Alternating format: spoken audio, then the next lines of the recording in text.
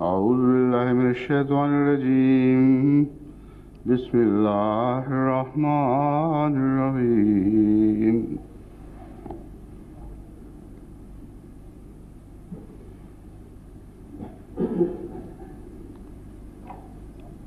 الذين سے شروع کرنا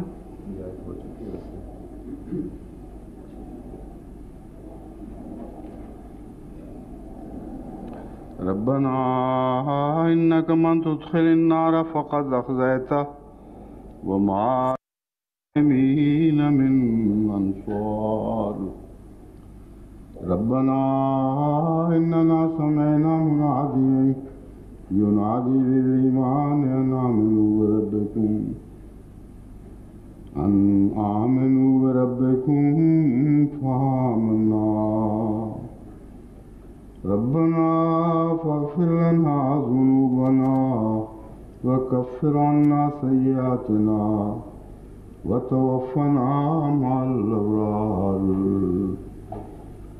ربنا وآتنا ما وعدتنا على رسلك ولا تخزنا يوم القيامة إنك لا تخلف الميعاد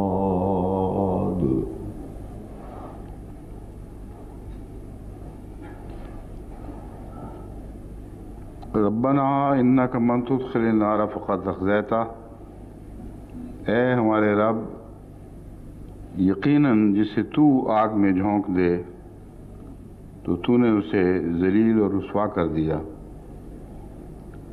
اور ظالموں کے لیے کوئی مددگار نہیں۔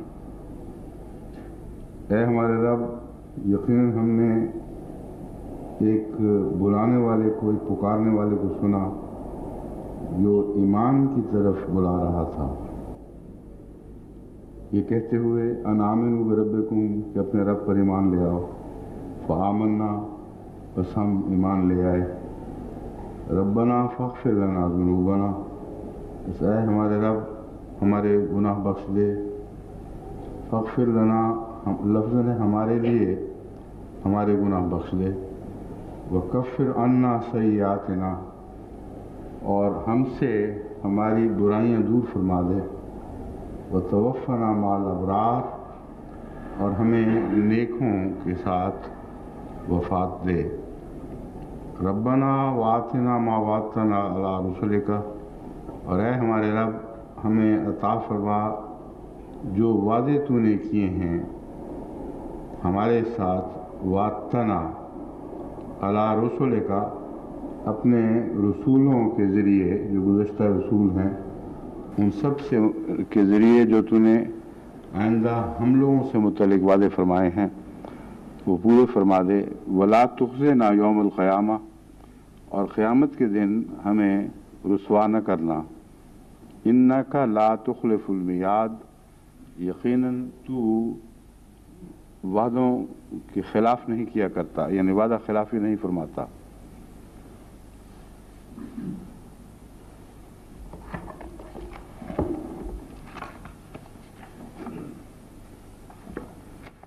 اس سے پہلے نار کا ذکر گزر چکا ہے، عذاب النار کا، اس میں خزیہ کا کوئی ذکر نہیں، ما خلقت ھذا باطلا سبحانک فقنا عذاب النار، کہ اے خدا یہ کائنات تو نے بیکار پیدا نہیں کی، بے مقصد پیدا نہیں کی، بس ہمیں ایسا نہ بنانا کہ ہم اس کے مقاصد سے بے خبر رہ کر آگ کا ایندھن بن جائیں اور ہمارے وجود کا کوئی جواز باقی نہ رہے۔ یہ ان معنوں کے بعد میں نے یہ بھی بیان کیا تھا کہ وہ لوگ جو کائنات کو باطل سمجھتے ہیں، کوئی مقصد اس کا نہیں سمجھتے، ان پر اس دنیا میں بھی آگ کا عذاب جنگوں کی صورت میں نازل ہوتا ہے اور وہ ان کو گھیر لیتا ہے۔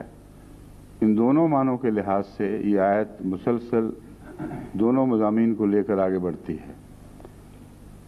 پہلی صورت میں اگر جنگ کے معنی لیے جائیں اور دنیا میں جنگ کا عذاب بھی مراد لیا جائے تو یہ ہے ربنا انک من تدخل النار فقد اخزیتہ، ان لوگوں کو جب تو جہنم کی آگ میں جھونکے گا تو ایک مقصد ہے تاکہ ان کے تکبر ٹوٹیں اور یہ ذلیل اور رسوا ہو کر نکلیں۔ امر واقعہ یہ ہے کہ جنگوں سے پہلے جو تکبر کی حالت ہوتی ہے بڑی قوموں کی، وہ جنگوں کے بعد نہیں رہتی، اور ان کی سوچوں میں ایک نمایاں تبدیلی واقعہ ہوتی ہے، کیونکہ ان میں بڑی سے بڑی طاقتور قوم بھی جنگ کے دوران ذلیل ضرور ہوتی ہے۔ آپ دیکھیں جنگ عظیم اول میں بھی اور ثانی میں بھی، جب جرمنوں کے جب الائیڈ یا متحدہ جو لوگ تھے، کیا کہتے ہیں ان کو، اتحادی جرمنوں کے قیدی بنائے جاتے تھے، تو وہ ان سے انتہائی ذلت آمیز سلوک کرتے تھے۔ آج تک وہ ڈاکیومنٹری جو اس زمانے کی دکھاتے ہیں، ناقابل برداشت ذلت کا سلوک ہے، اور جاپانی تو حد ہی کر دیتے تھے۔ جس طرح جاپانیوں نے ان لوگوں کو ذلیل کیا ہے، اس کی کم مثال دنیا میں ملتی ہے۔ لیکن جب یہ ان کے قابو آتے تھے تو یہ بھی کمی نہیں کرتے تھے، مگر شاید قاعدہ قانون کی زیادہ پابندی کرتے ہوں، مگر اب فلمیں دکھانا ان کے اختیار میں ہے۔ اس لیے اللہ بہتر جانتا ہے کہ کون سے ایسے سلوک تھے جنہوں نے ان سے روا رکھے، مگر اب وہ دکھائے نہیں جا رہا ہے۔ مگر قرآن کریم بتا رہا ہے کہ جنگ کی حالت میں اگر اس کا جنگ بھی ترجمہ کیا جائے جیسا کہ جائز ہے، قرآن کی خود اپنے بیان سے ثابت ہوتا ہے کہ جنگ مانا بھی جائز ہے، تو اللہ تعالیٰ ان کو ذلت، آگ کے عذاب کے بعد ذلت کا مضمون ہے جو سمجھنے کے لائق ہے۔ آگے میں مفسرین کا ذکر کروں گا تو اس میں یہ بات کھولوں گا کہ آگ کے عذاب کے بعد ذلت کا کیوں ذکر ہے، لیکن میں تمہیداً یہ بتا رہا ہوں، ابھی ہم نے لغت کی بحث گفتگو کرنی ہے کہ دونوں مضامین، یعنی دنیا میں جنگوں کے ذریعے قوموں کو سزا دینا اور آخرت میں جہنم کی سزا دینا، یہ دونوں مضامین مسلسل پہلو بہ پہلو آگے بڑھتے ہیں۔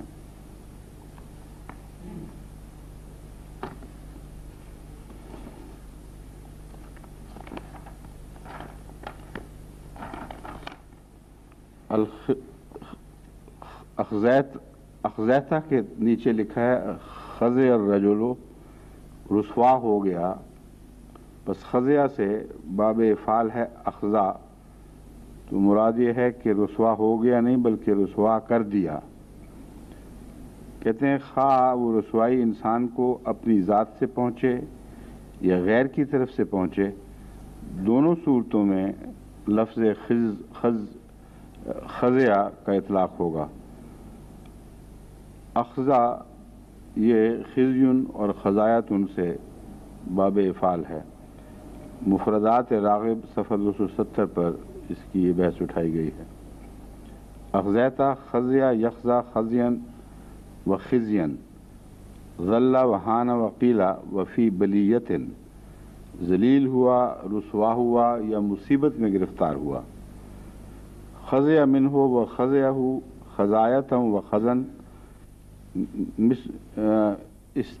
استحیا منہ و استحیا ہو، ایک معنی اس کے شرم اور حیا کے بھی ہیں، تو مراد یہ ہے کہ ایسا رسوائی والا عذاب جس سے انسان سخت شرمندگی محسوس کرے اور منہ چھپاتا پھرے، یہ معنی ایسے عذاب، یعنی یہ معنی اس عذاب کے مضمون میں داخل ہیں۔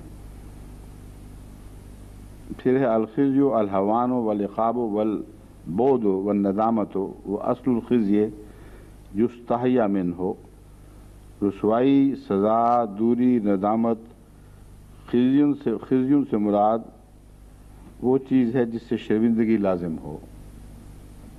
اخذ اللہ فلانا ففضحہ، اس نے اس کو رسوا کیا، اقرب الموارد۔ انک من تدخل النار فقد اخزیت عام دخلہ الخصوص فی مواضع منہا، حضرت امام راضی کے نزدیک جو بہت سی تشریحات ہیں ان میں سے ایک یہ ہے کہ قولہ انک من تدخل النار فقد اخزیت عام، دخلہ الخصوص فی مواضع منہا ان قولہ تعالی وَإِن مِّنكُمْ إِلَّا وَارِدُهَا كَانَ عَلَى رَبِّكَ حَتْمًا مَّقْضِيًّا ثم ننجي الذين اتقوا يدل على أن كل المؤمنين يدخلون النار وأهل الثواب يصانون، لکھا ہوا یہ لفظ یہی ہے، يصانون عن الخزي، کچھ اور ہے لفظ ہاں؟ اس کا مطلب ہوتا ہے بچنا خزي سے.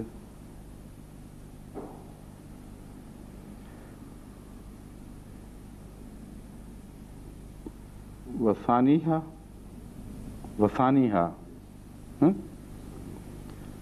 ان الملائکۃ الذین هم خزنۃ جہنم یکونون فی النار وهم ایضا یصانون، وہی لفظ ہے یصانون عن الخزي، بچائے جانے کے معنوں میں.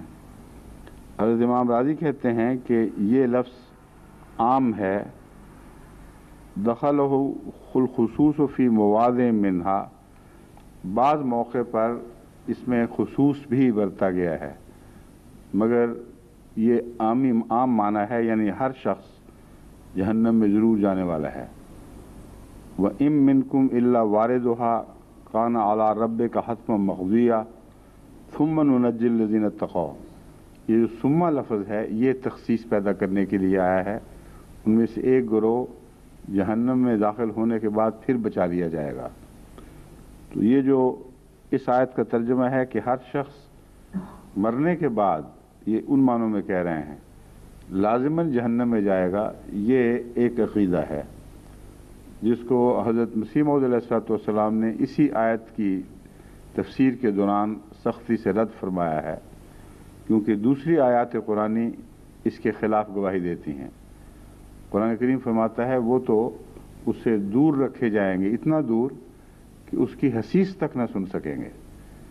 یعنی حسیس کہتے ہیں وہ آواز جو ہلکی ہلکی کھسکساہٹ والی آواز، کھس پھس کی آواز، جو سرگوشی کی سی آواز ہو.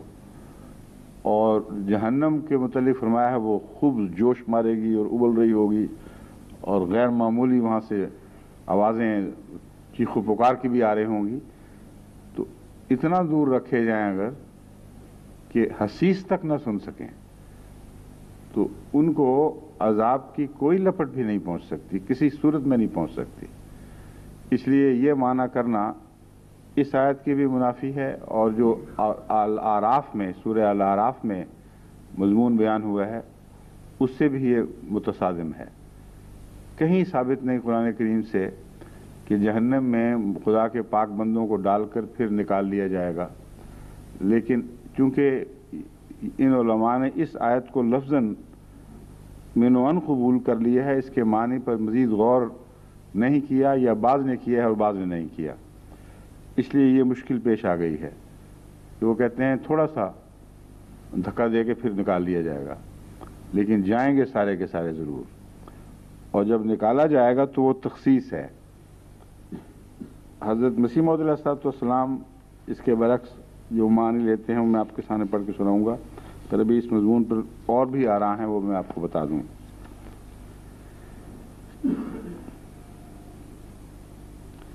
وہی بات جو ہے، اس کا ترجمہ بھی نیچے لکھا ہوا ہے. اس آیت میں عام مفہوم ہے، جبکہ بعض جگہ اس میں خاص مفہوم داخل کیا گیا ہے. امام راضی کے نزدیک وہ جو خاص مضمون داخل کیا گیا ہے، تمام مومن آگ میں داخل ہوں گے، البتہ اہل ثواب رسوائی سے بچ جائیں گے.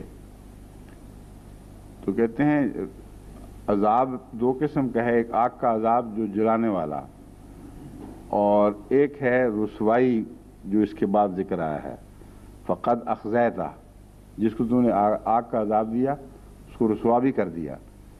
تو یہ جو تفصیلی بحث انہوں نے اٹھائی ہے بڑی دلچسپ ہے. وہ کہتے ہیں ملائکہ بھی تو جہنم میں ہوں گے، وہ آگ کے فرشتے جو وہاں دروغے مقرر ہوں گے، تو وہ بھی غلاظ شداد جو ہیں وہ بھی آگ کے عذاب سے بچائے جائیں گے، یعنی جو رسوائی کے عذاب سے. کہتے ہیں من جسمانی الا لہا حسن تحدید من عذاب بالنار بعذاب الخزي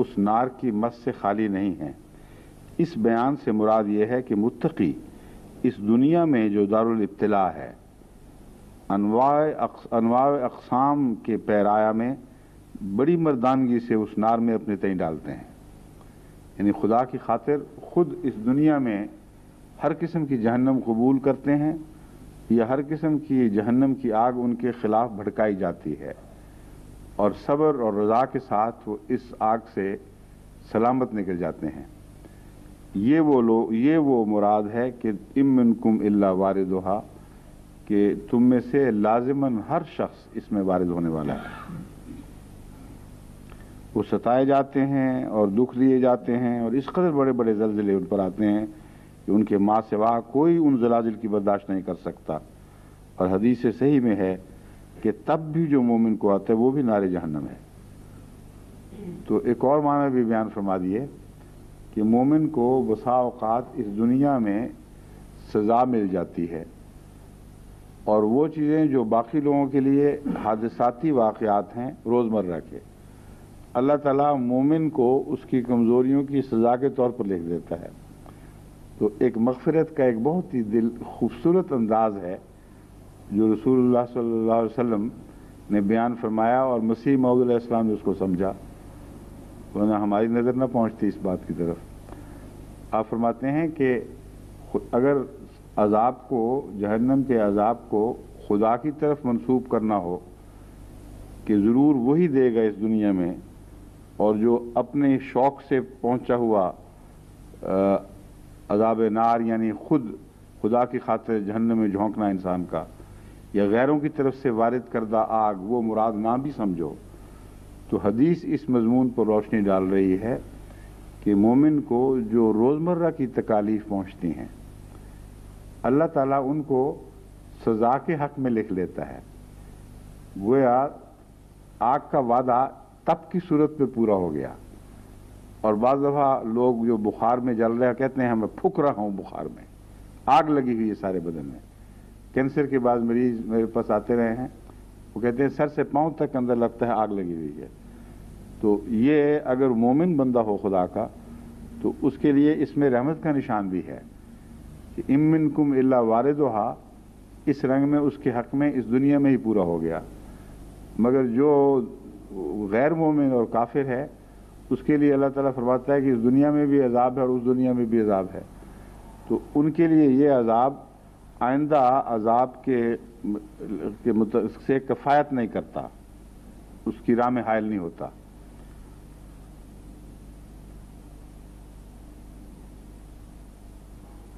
پھر فرمایا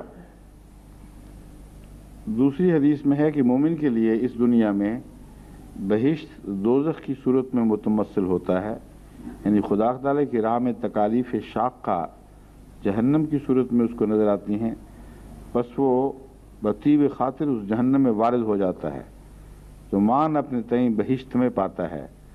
اسی طرح اور بھی احادیث نبویہ بکثرت موجود ہیں جن کا ماحصل یہ ہے کہ مومن اسی دنیا میں نار جہنم کا حصہ لے لیتا ہے، اور کافر جہنم میں بجبر و اکراہ گرایا جاتا ہے، لیکن مومن خدا تعالیٰ کے لیے آپ آگ میں گرتا ہے۔ اس کا ایک اور پہلو یہ بیان فرمایا کہ مومن گرتا تو ہے آگ میں، لیکن فوراً بچایا جانے کا مفہوم بھی اس پر صادق آتا ہے۔ دیکھنے والے بعض دفعہ یہ سمجھتے ہیں کہ سخت عذاب میں مبتلا ہے، لیکن اس کو اللہ تعالیٰ ایسی سکینت عطا کرتا ہے اور ایسی طمانینت بخشتا ہے کہ وہ اس حالت میں لطف اٹھا رہا ہوتا ہے۔ جو حضرت ابراہیم علیہ السلام کے متعلق فرمایا یا نارو کونی بردم و سلامن علی ابراہیم، اس میں یہ نہیں ملتا کہ آگ میں ہم نے پڑنے ہی نہیں دیا، یہ خاص توجہ کے لائق بات ہے۔ وہ ہم نے کہا یا نارو کونی بردم و سلامن علی ابراہیم، اے آگ تو ٹھنڈی ہو جا۔ دو معنی ہیں اس کے، ایک تو عام معنی یہ ہے کہ دشمنوں نے آگ بھڑکائی مگر اس آگ سے فائدہ نہ اٹھا سکے، پیشتر اس کے کہ وہ ابراہیم کو جلا سکتی، وہ مخالفت کی آگ ٹھنڈی ہو گئی، ایک یہ معنی بھی ہے۔ ایک یہ کہ حضرت ابراہیم کو جس تکلیف میں بھی ڈالا گیا اللہ نے اس تکلیف کے عذاب سے ان کو محفوظ رکھا، اور ہر بار یہ حکم ہوا یا نارو کونی بردم و سلام علی ابراہیم کہ اے آگ میرے بندے ابراہیم پر تو ٹھنڈی پڑ جا۔ تو دنیا میں ہی وہ عذاب آتے ہیں جو مومن کو اگر حادثاتی صورت میں بھی ملیں، اپنی مرضی سے تو کوئی تپ نہیں چڑھاتا، تو اللہ کی مغفرت اسے اس کی غفلتوں اور کمزوریوں کے نتیجے میں سزا کے خانے میں لکھ کر وہ حساب اس دنیا ہی میں چکا دیتی ہے۔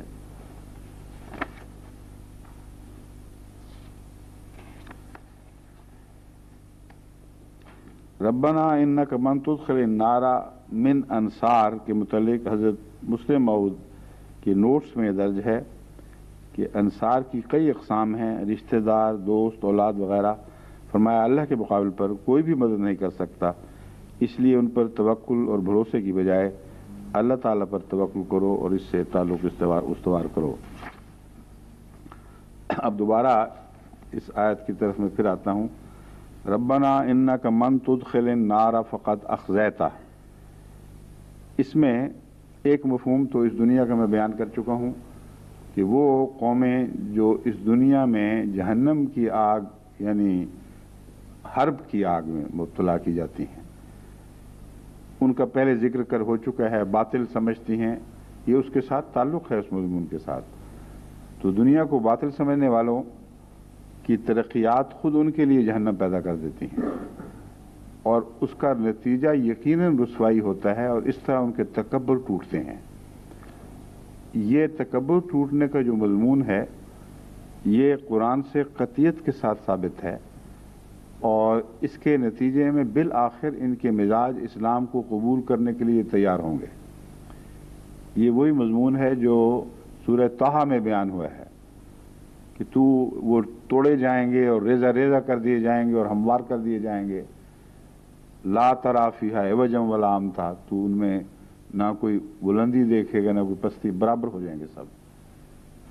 یومئذ یتبعون الداعیہ، اب وقت ہے ان کے لیے کہ وہ اس بات کے اہل ہوئے ہیں کہ اس داعی کو قبول کریں جس میں کوئی عوج نہیں۔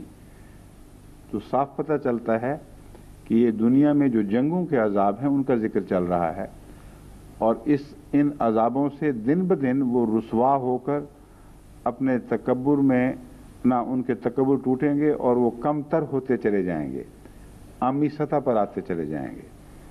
یہ سلسلہ اس وقت دنیا میں جاری ہے، اور ہندوستان سے جو سلوک ہوا ہے جنگ عظیم کے بعد، وہ جنگ عظیم سے پہلے ممکن نہیں تھا۔ تکبر صرف نہیں بلکہ سوچیں ایسی ہیں بعض جن کا تعلق اختیار سے نہیں ہے۔ ایک امیر آدمی جب لمبا عرصہ امیر رہتا ہے تو وہ غریبوں کی حالت کے متعلق سوچ بھی نہیں سکتا۔ بعض لوگ جو لمبا عرصہ بادشاہتیں کرتے ہیں ان میں نیک دل بھی ہوں تو ان کو تصور نہیں کہ محکومی کیا چیز ہے، لیکن جب ان کے قوم کے ایک حصے کو جنگ کے دوران محکومی کے مزے ملتے ہیں اور وہ معلوم کرتے ہیں کہ آزادی کیا چیز ہے، تو پھر ان غریب قوموں کا بھی ان کو خیال آتا ہے جو لمبے عرصے آزادی سے محروم رہیں۔ تو اس کے نتیجے میں ان کے لیے اللہ تعالیٰ نجات کے سامان پیدا فرماتا ہے۔ تو یہ جو خزیون ہے یہ بے مقصد بھی نہیں ہے، میں اس طرف توجہ دلانا چاہتا ہوں۔ عجیب مضمون ہے اس آیت کا، باطل کا جب مضمون چل رہا ہے تو اللہ تعالیٰ بھی تو باطل سے بالا ہے اور پاک ہے، اسی کا تو ارشاد ہے کہ یاد رکھنا میرا کوئی فعل بھی باطل نہیں ہے۔ اس کائنات کا مطالعہ بھی جتنا کرو گے تمہیں باطل دکھائی نہیں دے گا۔ تو اس آیت پر غور سے پتہ چلتا ہے کہ اللہ تعالیٰ جو سزائیں بتا رہا ہے وہ بھی باطل سے خالی ہیں، اور باطل کہتے ہیں بے مقصد ہونے کو اصل میں۔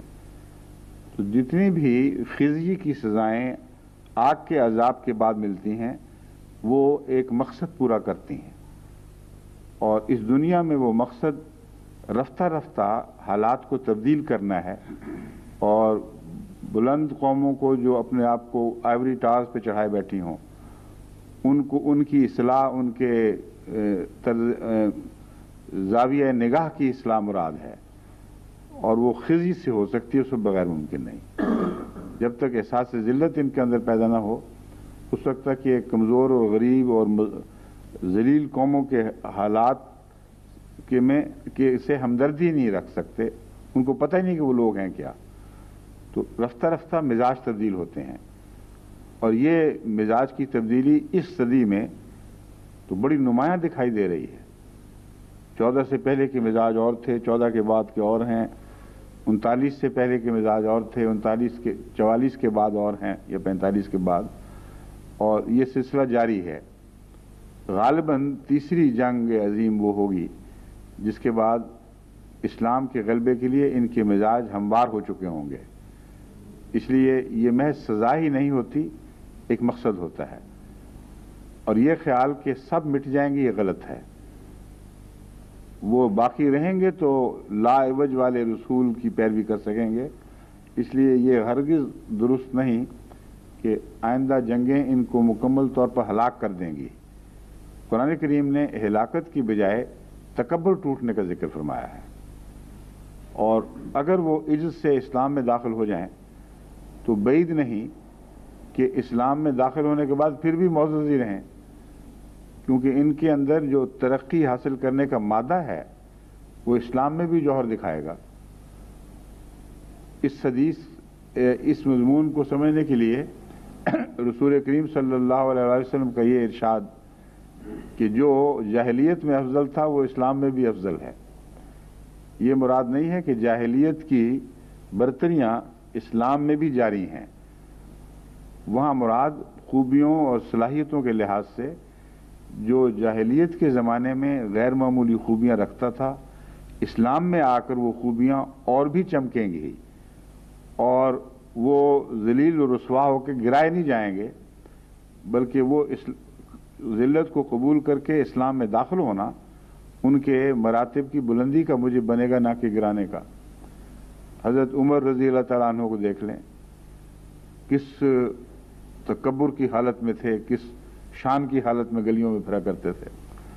جب وہ اس خز سے گزرے ہیں جو خدا کی خاطر انہوں نے خود قبول کی ہے، تو اس نے ان کا مرتبہ بڑھا دیا بجائے کم کرنے کے، اور دائمی کر دی ان کی عزت۔ یہی حال اول صحابہ حضرت ابو بکر صدیق رضی اللہ تعالیٰ عنہ کا ہے، اور دوسرے صحابہ حضرت علی رضی اللہ تعالیٰ عنہ، حضرت عثمان اور دیگر بہت سے، جنہوں نے اسلام کی خاطر ذلت قبول کر لی، اور اس وہ ذلت بے مقصد نہیں تھی، ان کے مراتب کو بڑھا گئی۔ تو ایسے لوگ جو یہاں اچھے ہوں اس دنیا میں، یعنی ان میں صلاحیتیں ایسی ہوں کہ وہ چمک سکیں، اگر وہ اسلام قبول کر لیں تو ان کے درجے گریں گے نہیں، ان کے لیے خوشخبری ہے۔ ان کی وسعتیں برقرار رکھی جائیں گی، مگر اچھے رنگ میں۔ یہ جو مضمون ہے، جو قومیں ہیں غریب اور تیسرے درجے کی آج کل کہلاتی ہیں، ان کے لیے اس میں افسوس کا مقام نہیں ہے۔ ان کے لیے یہ پیغام ہے کہ تم بھی وہ خوبیاں تو ضرور حاصل کرو جو ان لوگوں میں ہیں، ورنہ اسلام کے بعد یہ پھر بھی اوپر ہی رہیں گے۔ تو خدا تعالیٰ انصاف کا سلوک فرماتا ہے، جو قانون اس نے جاری فرمائے ہیں وہ ضرور اپنا عمل دکھاتے ہیں۔ تو تمہیں ایک غلبہ ہے ان پر، ایک نوعیت کی فضیلت حاصل ہے کہ دینی لحاظ سے تم ان سے بہتر ہو، لیکن جب یہ اسلام قبول کر لیں گے تو اس وقت تک تم اگر دنیاوی حالت میں ان کی خوبیوں کو اپنانا چکے ہوگے تو ان کو پھر فضیلت نصیب ہو جائے گی۔ تو کوئی ذلت بھی جو اس دنیا میں پہنچتی ہے وہ بے مقصد نہیں ہے اور باطل نہیں ہے۔ دوسرا پہلو ہے قیامت کے دن عذاب کے بعد اخذیتا کا ذکر۔ اگر ہم قیامت کے مضمون میں جائیں تو من تدخل النار فقط اخذیتا ومال، ہاں ایک اور پہلو، ومال الظالمین من انصار۔ جتنی بھی جنگیں ہیں ان میں کم و بیش سارے ہی فریق ظالم ہوتے ہیں، لیکن اس کے باوجود اللہ تعالیٰ باریک تفریق فرماتا ہے۔ کچھ ایسے ہیں جو ان جنگوں کے اول ذمہ دار ہوتے ہیں، اور حقیقت میں ان جنگوں کا آغاز ان کے ظالمانہ سوچ کے نتیجے میں یا ظالمانہ اعمال کے نتیجے میں ہوتا ہے۔ ایسے لوگوں کو مدد نہیں دی جاتی. مقابل پر اگر مجرم بھی ہوں اور عام حالات میں پاک صالح لوگ نہ بھی ہوں تو بعض جگہ نسبتی فیصلے چلتے ہیں. تکڑی کا تول یہ تو نہیں دیکھتا کہ اس طرف کیا ہے یا اس طرف کیا ہے، وزن دیکھتا ہے صرف، اور وزن کے اعتبار سے فیصلے کرتا ہے. تو توازن جب پیدا ہو، آپس میں مقابلہ ہو، تو نسبتاً جو وزن رکھتا ہے وہ نیچے جھکے گا، جو نسبتاً ہلکا ہے وہ اوپر جائے گا. تو یہاں ظالمین کا لفظ الظالمین یعنی دنیا کے اطلاق میں یہ ہے وہ ظالم لوگ خاص جو دوسروں کے مقابل پر زیادہ ظالم ہوں گے. ان کے لیے کوئی مددگار نہیں آئے گا، یعنی آخر وہ شکست کھائیں گے. تو رسوائی دونوں کے لیے ہے، لیکن ایک کے لیے شکست بھی مقدر ہے اور ایک کے لیے عذاب اور رسوائی تک ہی معاملہ ٹھہرے گا، لیکن وہ رسوائیاں ان کے لیے بھلائی کا موجب بنیں گی. قیامت کے حساب سے یہ معنی بنے گا انک من تدخل النار فقط اخزیتہ، اے خدا جس کو تو نے آگ کے عذاب میں ڈالا ہے. فقط اخزیتہ میں قد کا لفظ بتاتا ہے کہ یہ بعد کا فیصلہ نہیں بلکہ پہلے کا فیصلہ ہے، کیونکہ عربی محاورہ ہے کہ جب لفظ قد ماضی کے پہلے آتا ہے تو ہو چکنے کے معنی میں آتا ہے. تو مراد یہ ہے کہ تو انہیں ذلیل کر چکا ہے. اس لیے یہ اس خیال کا میں مؤید نہیں ہوں کہ عذاب کے بعد پھر ذلت کا ذکر ہے، بلکہ عذاب کی کیفیت کا بیان ہے کہ عذاب ہے کیا. یعنی ان کو ذلیل و رسوا کرنا ہی وہ نار جہنم ہے جس میں وہ مبتلا کیے جائیں گے. بس وہ گروہ جو روحانی معنی لیتا ہے، ایک ایسے گروہ کا ذکر بھی میں نے کیا تھا، کچھ تھوڑا سا اختلاف ہے ان کے بیان میں، لیکن آگ کے عذاب کو بھی روحانی کہنے والے یقیناً پرانے علماء میں موجود تھے. اور اگر وہاں جسم نہیں ہے ہمارے تو عذاب جسمانی ہو ہی نہیں سکتا. اس لیے مجبوری ہے کہ اس عذاب کو روحانی مانا جائے، اور روحانیت کا عذاب بعض دفعہ متمثل ہوتا ہے، یعنی وہ ایسی شکل اختیار کرتا ہے جو ہمارے جسمانی تجربوں کے قریب تر ہو جاتی ہے. اس روحانی عذاب کے ہوتے ہوئے اس کا جسمانی تمثل اسی صورت میں ممکن ہے جس صورت میں حضرت مسیح موعود علیہ السلام نے روح کے دوبارہ جی اٹھنے کے مضمون پر ایک عجیب لطیف روشنی ڈالی ہے، جو اس معاملے میں ایک ہی ہے اور ساری اسلامی تاریخ میں علماء کے گفتگو میں، ان کے تبصروں میں، ان کی تفاسیر میں کہیں یہ بات نہیں ملتی کہ روح میں سے جب انسان مرتا ہے تو ایک اور روح پیدا کی جاتی ہے، اور جو پہلی روح ہے جو بدن کے مقابلے پر لطیف تھی. جس طرح میں نے ظالموں کا مقابلہ کیا تو بعض ظالموں کے مقابلے پر بعض جو زیادہ ظالم ہیں وہ سزا کے مستحق ٹھہریں گے، جنہوں نے ظلم میں اول راہ اختیار کی ہے. اس طرح روح کا بھی ایک نسبتی معاملہ ہے. وہ روح جو ہمارے بدن کے مقابل پر لطیف ہونے کی وجہ سے روح کہلاتی ہے، اس کے تعلق میں ہم اس کے ہر تجربے کو روحانی کہتے ہیں. یہ درست ہے کہ روحانی عذاب ہوگا، یعنی وہ روح عذاب پائے گی، مگر حضرت مسیح موعود علیہ السلام فرماتے ہیں کہ وہ روح ایک اور روح کا بدن بنائی جائے گی جو لمبے ارتقائی دور سے گزرتے ہوئے ایک نئی تخلیق میں داخل ہوگی. اور قیامت تک جو لمبا انتظار ہے وہ یہی اسی حکمت کے پیش نظر ہے کہ وہ لطیف سے لطیف تر تخلیق جو ایک روح سے پیدا ہو رہی ہے، ایک روح بن رہی ہے، وہ اپنے تمام مدارج سے مکمل طور پر گزر جائے، پھر وہ اس قابل ہوگی کہ اس کو اٹھایا جائے پھر. اور یہ روح بدن کا کام دے گی، مگر ایسا بدن نہیں جیسا ہمارا بدن ہے. وہ کچھ ایسا بدن ہے جس کے متعلق قرآن کریم فرماتا ہے کہ تم اس کو سمجھ نہیں سکتے، تم تصور بھی نہیں کر سکتے کہ ہم کس شکل میں تمہیں اٹھائیں گے. مگر نسبتی جائزے کے لحاظ سے حضرت مسیح موعود علیہ السلام کو اللہ تعالیٰ نے یہ روشنی عطا فرمائی کہ یہ روح جو ہے یہ ہوگی تو روح ہی، مگر اس کے مقابل پر بدن کی طرح ہوگی. اور ہمارے بدن کے مقابل پر جو روح ہے وہ بدنی حیثیت رکھتی نہیں ہے، اس لیے وہ بدن اور معنوں میں ہے کچھ، لیکن نسبتی لحاظ سے اس کا عذاب گویا بدنی عذاب بن جائے گا، اور جو عذاب ہے وہ متمثل ہو کر اس کے لیے ایسا ہی ہے جیسے اس بدن کو آگ معلوم ہوتی ہے، اس طرح اس کو اپنا عذاب آگ دکھائی دے گا، اور وہ روح تکلیف اٹھائے گی جو اس بدن سے پیدا ہوئی ہے۔ تو یہ مضمون ہے قد اخزیتا میں، کہ پہلے ہی اللہ تعالیٰ ذلیل کر چکا ہے، رسوا کر چکا ہے۔ مراد یہ ہے کہ اے خدا، جسے تو آگ میں ڈالے تو اس کے حق میں رسوائی کا فیصلہ کر چکا ہے، اور جسے تو رسوا کرے پھر اس سے کوئی بچ نہیں سکتا۔ اور دوسرا معنی یہ ہے کہ وہ آگ جو ہے وہ در حقیقت رسوائی اور ذلت کی آگ ہے جو بھڑکائی جائے گی اور انتہائی خوفناک عذاب کی صورت میں ان پر ظاہر ہوگی۔ وَمَا لِلظَّالِمِينَ مِنْ أَنصَارٍ، اس صورت میں بھی جو ظالم ہیں ان کے لیے کوئی مددگار نہیں ہو سکتا۔ حضرت مسیح موعود علیہ السلام نے ظالمین کی گفتگو جو چھیڑی ہے وہ اس آیت کے تعلق میں بھی ہے، مگر وہ مضمون سے ذرا ایک طرف لے جائے گی۔ وہ ہے ظالم، الظالم سے مراد وہ ظالم ہیں جو بدیوں میں ظالم ہیں، اور الف لام یہاں تخصیص کا فائدہ دے کر اس گروہ کو الگ کر رہا ہے۔ کچھ ظالمین ایسے ہیں جو نیکیوں میں ظلم کرنے والے ہیں، یعنی اپنی جان پر ظلم کرنے والے ہیں۔ وَحَمَلَهَا الْإِنسَانُ إِنَّهُ كَانَ ظَلُومًا جَهُولًا، وہ مثال حضرت مسیح علیہ السلام دیتے ہیں، اور اسی طرح مختصد والی آیات کی مثال کا حوالہ دے کر فرماتے ہیں کہ بعض دفعہ ایک ہی لفظ متضاد چیزوں پر اطلاق پاتا ہے، اور دونوں میں وہ اس کا معنی درجہ کمال کو پہنچ جاتا ہے۔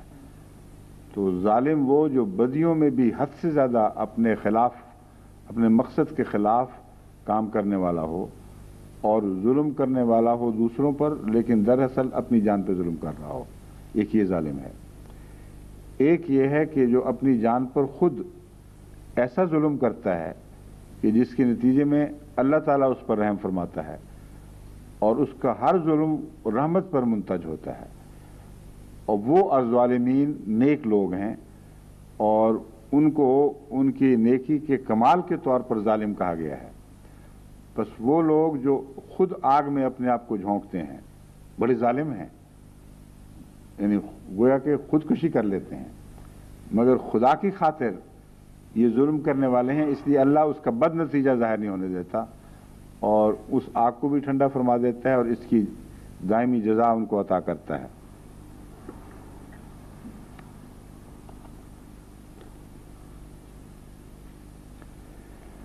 ربنا اننا سمعنا منادیا ینادی للایمان، اے ہمارے رب ہم نے سنا منادی کو، ایک منادی کو، لفظاً اس کا ترجمہ ہے منادین، کسی ایک منادی کو، لیکن یہاں عظمت کے اظہار کے لیے یہ نکرہ آیا ہے، ایک عظیم الشان منادی کو، ایسا کہ اس پر الف لام لگانے کی ضرورت نہیں ہے ہی وہی۔ شہروں میں سے ایک شہر کہتے ہیں نا، دلی تھا شہروں میں ایک شہر، تو شہر نہیں ایک شہر۔ تو بعض دفعہ ایک چیز اتنی عظیم ہوتی ہے کہ اسے مخصوص کرنا اس کی عزت افزائی نہیں، بلکہ اس کی عزت کو گرانے کا موجب بن جاتی ہے، گویا اور بھی شاید ہوں۔ تو منادین سے مراد وہ منادی ہے ایسا بلانے والا جس کی شان میں کوئی شبہ کی گنجائش ہی نہیں ہے، گویا وہی ہے اور کوئی ہے ہی نہیں اس کے مقابل پر۔ ایسے منادی کی آواز کو ہم نے سنا، ینادی للایمان، جو ایمان کے لیے منادی کر رہا تھا۔ اس پر جو لغت وغیرہ کی بحث ہے اس اور کچھ مفسرین کی، پہلے میں اس کو چھیڑتا ہوں۔ یہ لفظ منادی کس سے بنا ہے؟ عام طور پر ندا کا مطلب یہی سمجھ جاتا ہے آواز، اور رائج ہو چکا ہے، لیکن دراصل اس کا مادہ آواز نہیں بلکہ کچھ اور ہے۔ ندا نمی کو کہتے ہیں، ندا ندل ارض، زمین کی نمی، تو اسی سے ندا لفظ نکلا ہے، اسی سے نادی منادی وغیرہ لفظ بنتے ہیں۔ تو رطوبت، نمی اور شبنم کے لیے بھی لفظ ندا استعمال ہوا ہے۔ شجر ندیان، تر و تازہ درخت، یہ سارے معنی تاج العروض نے بھی دیے ہیں، محیط نے بھی اور راغب نے بھی۔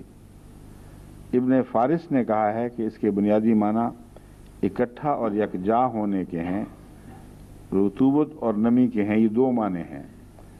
حالانکہ دراصل رطوبت ہی میں اکٹھا کرنے کا معنی ہے، کیونکہ جب مٹی خشک ہو جائے تو ہوا مبسہ بن جاتی ہے، وہ پراگندہ ریزے ہو جاتے، ریزہ ریزہ ہو کر پراگندہ ہو جاتی ہے، نمی اس کو اکٹھا کرتی ہے۔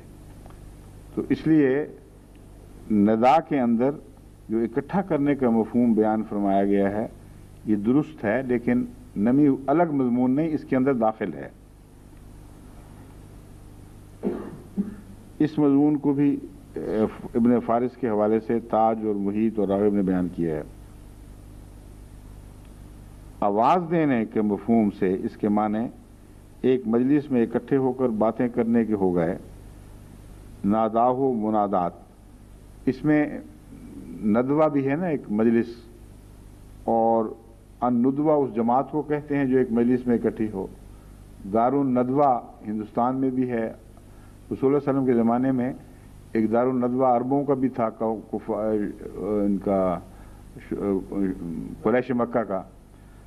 تو یہ جو دار الندوہ کا مضمون ہے وہاں دراصل اکٹھے ہونے کے معنی ہیں۔ اور اللہ تعالیٰ قرآن کریم میں فرماتا ہے ندوہ دو قسم کا ہے، ایک وہ جو شرارت اور فساد کے لیے، وہ کون سی آیت ہے؟ دوسرا ندوہ ہے نیکی کے لیے۔ تو یہاں منادی یونادی کی بحث میں یہ گفتگو اب اٹھے گی کہ کس قسم کی ندا مراد ہے اور کیوں۔ ندوہ کہتے ہیں اکٹھے ہونے کو، لیکن اگر اکٹھے ہو کر اختلاف کی باتیں ہوں اور فساد پھیلایا جائے تو اس ندوہ کا نام دراصل اس نام کی ذلت ہے، ورنہ یہ ندوہ ہونا چاہیے اکٹھا کرنے اور نیکی کے کاموں کے لیے جو حقیقت میں انسان کو انسان سے ملاتا ہے۔ قرآن کریم نے اس مضمون کو کھول کر بتایا ہے کہ نجوہ کے لفظ میں، ندوہ نہیں، نجوہ کے معنوں میں، وہ ندوہ میں نہیں ملے گا آپ کو، وہ لفظ نجوہ ہے۔ وہی دار الندوہ میں جو نجوے ہوتے تھے، یہ لفظ ملتے جلتے ہیں، اس لیے میرے منہ سے ندوہ نکل رہا تھا۔ اچانک بات کرتے ہوئے ایک دم یاد آئے کہ وہ تو نجوہ ہے، مگر ہے ندوہ کا نجوہ۔ اسی ندوہ میں رسول اللہ صلی اللہ علیہ وسلم کے خلاف نجوے ہوتے تھے، اور ندوہ کے مضمون کے بالکل برعکس کاروائیاں ہوتی تھیں۔ قرآن کریم میں اللہ فرماتا ہے نجوہ وہ اچھا ہے جس میں خیر کی باتیں ہوں، نیکی کی طرف بلایا جائے۔ بس نادی منادی جو ہے وہ اس آواز کو کہیں گے جس میں رطوبت کے معنی پائے جائیں، گیلی مٹی کے معنی پائے جائیں۔ گیلی مٹی میں نشو و نما کی طاقت ہے اور خشک مٹی میں وہ نہیں۔ تو منادی گویا کہ درس حقیقت اسی یاد کو تازہ کرتا ہے لفظ منادی جو آدم کے ساتھ وابستہ ہے۔ آدم کو جب اللہ نے پیدا فرمایا تو شیطان نے یہ اعتراض کیا تھا تو نے اسے مٹی سے، یعنی گیلی مٹی سے پیدا کیا ہے، مجھے آگ سے پیدا کیا ہے، مجھے اس پر غلبہ عطا ہوا ہے، اور آگ مٹی کو جلا دیتی ہے۔ اللہ تعالیٰ نے زیادہ دلیل وہاں نہیں دی، کیونکہ یہ ایسی بودی بات تھی کہ جو ویسے ہی رد کرنے کے لائق ہے۔ ہلاکت پہ یا ہلاکت کی صلاحیتوں پر کیسا فخر؟ جو نشو و نما کی صلاحیتیں وہی فخر کے لائق ہیں، اور غلبہ بھی پھر بالآخر اسی کو ہوا۔ تمام تر آگ کی کوششیں گیلی مٹی کی طاقت سے مغلوب ہو گئی ہیں۔ اب یہ آگ کا شعلہ تھا زمین، اسی سے خدا تعالیٰ نے وہ پانی سے زندگی پیدا کی، گیلی مٹی سے زندگی پیدا کی، اور آگ اس پر غالب نہ آ سکی، اور دن بدن وہ مٹی آگ پر غالب آتی چلی گئی۔ اور اب انسان جو آگ پر قابض ہے، جس نے جہاز بھی بنائے اور کشتیاں بھی، سمندری کشتیاں بھی آگ سے چلنے والی اور جہاز، اور پھر موٹر گاڑیاں، ریلیں، یہ سارے گیلی مٹی کے آگ پر غلبے کی دلیلیں ہیں۔ گیلی مٹی غالب آ گئی اور آگ کو غلام بنا لیا۔ تو اس لیے شیطان کا یہ دعویٰ یا کسی اور کا دعویٰ، ٹھیک ہے ٹھیک ہے، یہ غلط ہوتا ہے۔ اب سوال یہ ہے کہ الندا، نادی کس سے لفظ سے نکلا، یہ میں بتا رہا ہوں کہ یہاں منادی سے مراد اہل لغت اور اہل تفسیر دو مرادیں بیان کرتے ہیں۔ ایک یہ کہ مراد حضرت محمد مصطفیٰ صلی اللہ علیہ وسلم ہے، اور ایک وہ ہیں جو کہتے ہیں قرآن ہے۔ تو یہ میں بعد میں بتاؤں گا۔ میں اب یہ بتانا چاہتا ہوں کہ میرے نزدیک اس میں ندا کے تمام اصلی معنی شامل ہیں، اور مراد یہ ہے کہ ایسا بلانے والا جو صلاحیت رکھتا ہے جمع کرنے کی، اور اس کا جمع کرنا نمو کے ساتھ تعلق رکھتا ہے، تمہاری نشو و نما کے ساتھ تعلق رکھتا ہے۔ اس کی بات کا جواب دو گے تو ایک سلسلہ ترقی کا تمہارے قبول ندا کے نتیجے میں پھوٹ پڑے گا، اور وہ سلسلہ ایسا ہے جیسے پودے نکلتے ہیں، ہری ہری شاخیں نکلتی ہیں اور پھر پھلدار درخت بن جاتے ہیں وغیرہ وغیرہ۔ تو یہ مضمون اس منادی کے لفظ میں میرے نزدیک داخل ہے۔ تبھی یہ تمام لغت کی کتابیں شجر ندیان کہتی ہیں کہ ہرے بھرے تازہ درخت جو پتوں اور پھولوں سے اور پھلوں سے بھی لدا ہو، اس کو ندیان کہتے ہیں۔ تو منادی میں بھی وہی معنی ہے، شجر طیبہ کے معنی، جو جس کے اندر پھل ہے، اور بلانے کے معنی بھی ہیں۔ وہ رسول اللہ علیہ وسلم، کیونکہ سب نے ندا سے بلانے کا معنی ضرور لیا ہے، تو وہ جو زبان حال سے بلاتا ہے وہ بھی منادی ہے، جو آواز سے بلاتا ہے وہ بھی منادی ہے۔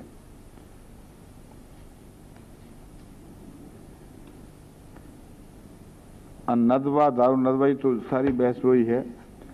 اب حضرت مسیح موعود علیہ الصلوۃ والسلام کا ایک شعر ہے، اس میں بھی ندا کا یہ معنی اب سمجھ آئی، ورنہ اگر صرف آواز ہوتا تو یہ بات سمجھ نہ آتی۔ اللہ تعالیٰ کی حمد کے اشعار ہیں جس کے بعد وہ مضمون رسول اللہ صلی اللہ علیہ وسلم کی مدح میں بھی تبدیل ہوتا ہے۔ تو فرماتے ہیں انی اموت ولا تموت محبتی، میں تو مر جاؤں گا لیکن میری محبت کبھی نہیں مرے گی۔ یدرا بذکر کا فی التراب ندائی، تیرے ذکر کے ساتھ میری مٹی کی ندا بول اٹھے گی اور جواب دیا کرے گی تیرے ذکر کے اوپر کہ تیرا ذکر زندگی بخش ہے میرے لیے۔ اب یہ لفظ ندا یہاں ان معنوں میں بہترین طور پر اطلاق ہوتا ہے کہ محبت میں ایک نمی ہے، محبت میں آنسو ہوتے ہیں، تو میری بظاہر خشک مٹی تیرے ذکر سے تر و تازہ ہو جائے گی، اور اس میں محبت کی نمی پیدا ہوگی اور وہ بول اٹھے گی۔ تو بہت ہی خوبصورت کلام ہے اگر ندا کے اصل معنوں کو بھی اس میں شامل سمجھا جائے۔ ویسے بھی اچھا لگا کرتا تھا لیکن اب تو اور بھی زیادہ پیارا دکھائی دیتا ہے۔ دوسری بحث ندا کے بعد سیئہ کی اٹھائی گئی ہے،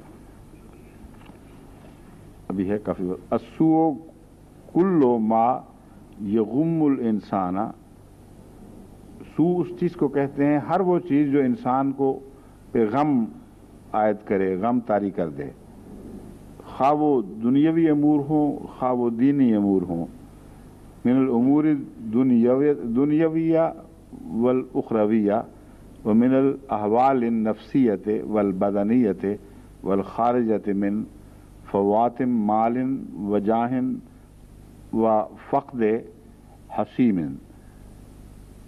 حسیم ہے یا حمیم لکھا ہوا ہے؟ حمیم ہی ہوگا میرے خیال میں، ہاں حمیم، قریبی دوست کو کہتے ہیں نا، جو بہت ہی قریب ہو اس کو حمیم کہتے ہیں، یعنی بہت ہی گرم دوست ہو۔ تو جس کی دوستی میں بے انتہا گرم جوشی یا قربانی کا مادہ پایا جائے اس کو حمیم کہتے ہیں۔ تو مطلب اس کا یہ ہے ہر وہ چیز جو انسان کو غم سے نجات بخشے، غم میں مبتلا کرے، خواہ وہ امور دینی ہوں یا دنیاوی ہوں یا اخروی ہوں، اس کا تعلق احوال نفسانیہ سے ہو یا بدنیہ سے ہو یا امور خارجہ سے ہو، جن کا تعلق مال اور جاہ و جلال کے چلے جانے سے، یعنی نقصان ہونے سے، فوات کا مطلب ہے وہ ہاتھ سے جاتا رہے، کھویا جائے، یا کسی قریبی رشتہ دار یا بہت قریبی دوست کے فوت ہو جانے سے ہو، یعنی حمیم کے ضائع ہو جانے سے ہو، یہ ساری سیئہ کی تعریف ہیں۔ تو ہر وہ چیز جسے نفس ناپسند کرے، خلاصہ ہے نکلا، ہر وہ خبر، ہر وہ واقعہ جس کو، یا وہ تکلیف یا بیماری، وہ سب چیزیں اس میں آ جائیں گی جس کو نفس اچھا نہیں پسند جو نفس کو اچھی نہیں لگتی، وہ سیئہ کہلاتے ہیں۔ لیکن یہ معنی اس لحاظ سے درست نہیں کہ قرآن کریم نے لفظ سیئہ کو ایسے معنی میں بھی استعمال فرمایا ہے کہ نفس کو اچھی لگتی ہے لیکن وہ ہوتی بری ہے اور بالآخر نہایت ہی نقصان دہ ثابت ہوتی ہے۔ بس اور ایسی ہی سیئات ہیں جن کا انسان کو پتہ بھی نہیں چلتا، وہ نفس کے اندر چھپی ہوئی ہوتی ہیں اور انسان کو ان کی لذت آ رہی ہوتی ہے۔ تو بس سیئہ کو ان معنوں پہ محدود کرنا کہ گویا ہر وہ چیز جس سے نفس تکلیف محسوس کرے، یہ درست نہیں ہے۔ ہر برائی جو انسان محسوس کرے یا نہ کرے، جو اس کے اعلیٰ مقاصد کے خلاف ہو، جو اسے باطل بنا رہی ہو، وہی سیئہ ہے۔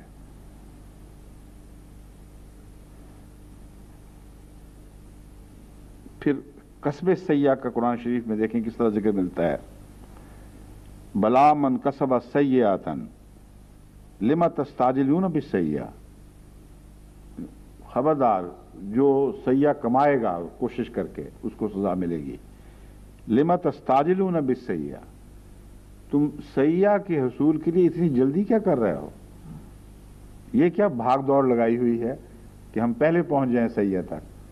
اگر سیئہ ایسا مضمون ہے جو نفس کو برا لگتا ہے تو یہ قرآن کریم کی آیت پھر کیا معنی رکھتی ہیں؟ لازماً مانن اور اپنی کنوں کے لحاظ سے، اپنی اصلیت کے لحاظ سے، ہر چیز جو معیوب ہے، بری ہے، انجام کار انسان کے مفاد کے مخالف ہے، اس کو قرآن کریم سیئہ قرار دیتا ہے، خواہ انسان کو پتہ چلے یا نہ چلے۔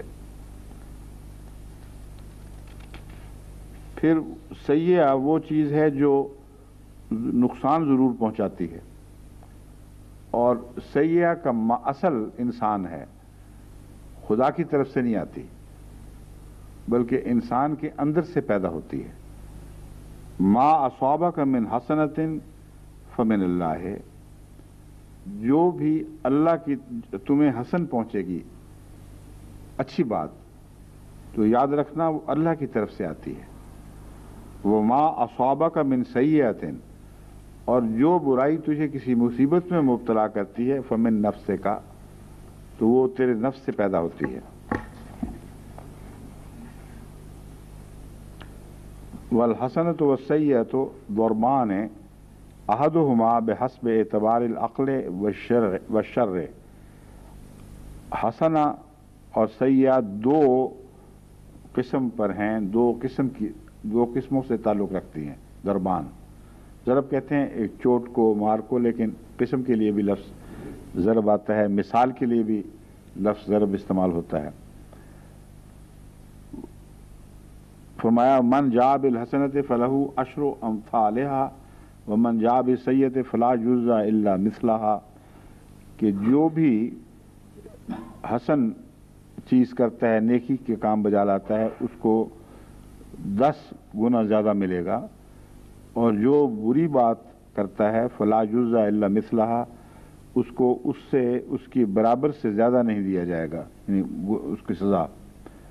دوسری قسم حسنۃ و سیئۃ بحسب اعتبار الطبع وذلک ما یستخفہ الطبع وما ینتقلہ، حسنہ اور سیئہ اعتبار طبیعت کے لحاظ سے